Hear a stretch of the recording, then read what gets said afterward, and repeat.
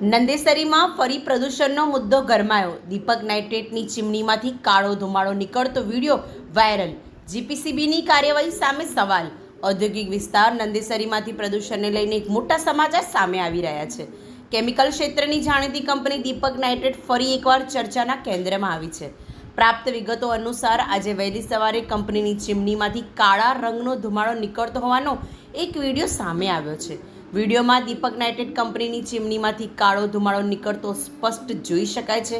સ્થાનિક સૂત્રો પાસેથી મળતી માહિતી મુજબ આજે સવારના સમયે અચાનક જ આ પ્રકારે કાળો ધુમાડો હવામાં છોડવામાં આવ્યો હતો.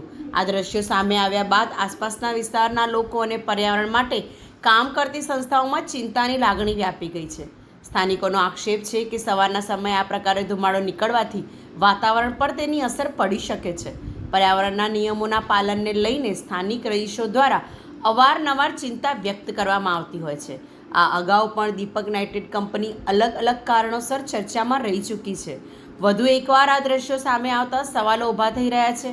આ બનાવ પાછળ કોઈ ટેકનિકલ ખામી જવાબદાર છે કે પછી અન્ય કોઈ કારણ, તે હજુ સુધી કંપની સત્તાધીશો દ્વારા સત્તાવાર રીતે સ્પષ્ટ કરવામાં આવ્યું નથી.